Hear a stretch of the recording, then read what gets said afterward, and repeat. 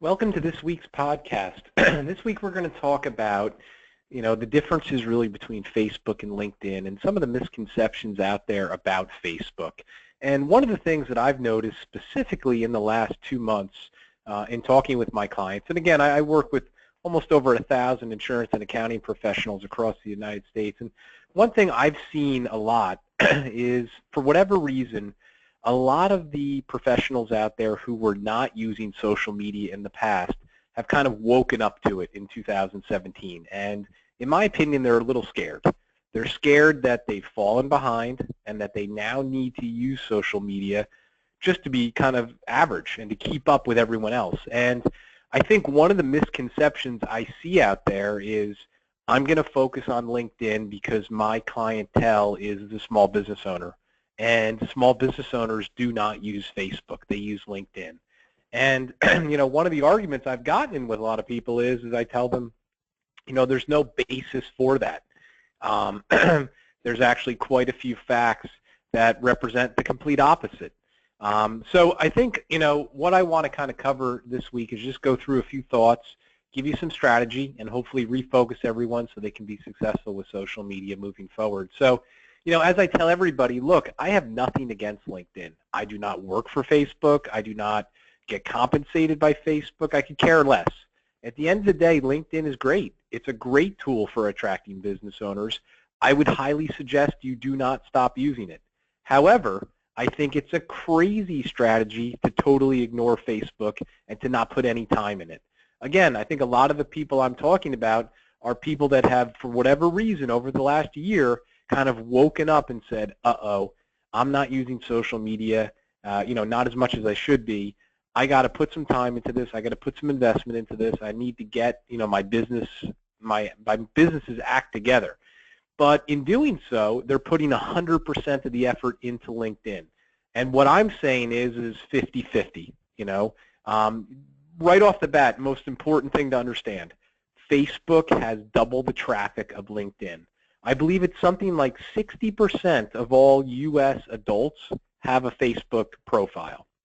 I think it's something like 40% of all U.S. adults have a LinkedIn profile. So the number one thing, and really the most important thing of social media in general, is that, literally 200 million Americans are paying attention to Facebook. Are you telling me out of those 200 million Americans, none of them are business owners? That's ridiculous, of course.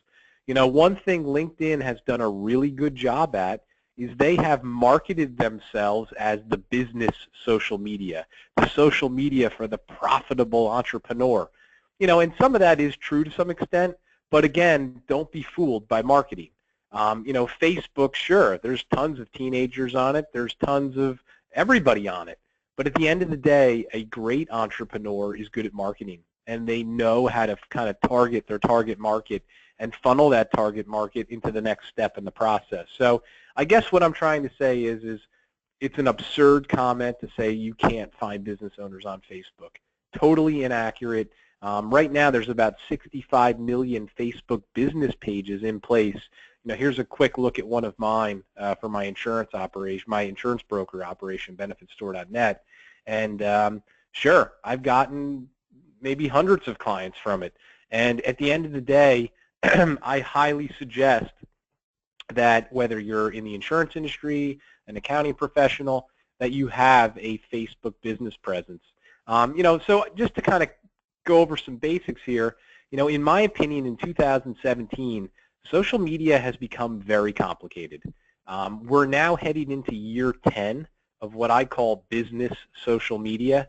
Social media kind of started in 2003, but by 2007, Facebook and LinkedIn had come up with kind of business components for business owners. So we're in year 10. The competition is stiff. Obviously, some large firms have employees. That's their job. They sit there 8 hours a day trying to strategize and figure these things out.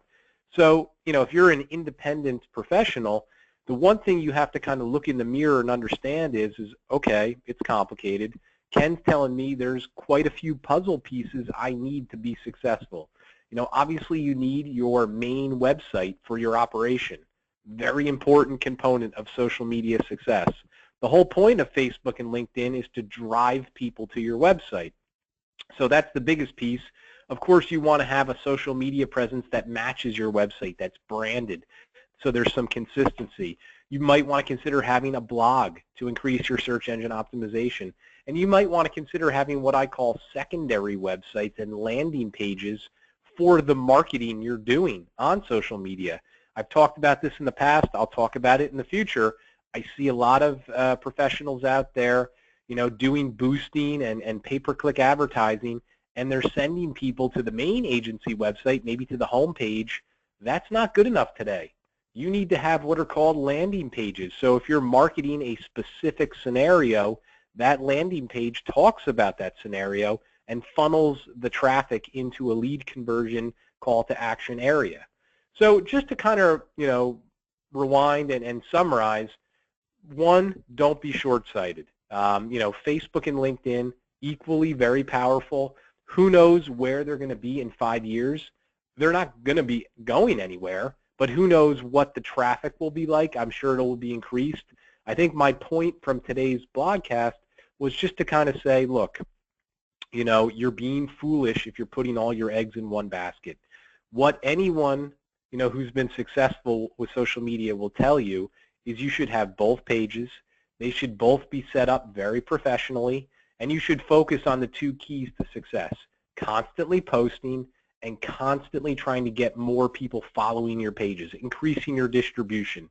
My fear is that for whatever reason, people are putting all their eggs in the LinkedIn basket, and all of a sudden they're going to have an epiphany in a few months or years or whatever and say, uh-oh, I should have been using Facebook. And at that point, you're going to be so far behind everyone else, there's never going to be a chance. You're never going to be able to get any momentum going. So now is the time to kind of put all your pieces to the puzzle in the right spots, and you can become successful. Thanks for coming on this week, and we'll talk to everyone next week. Thanks again. Bye-bye.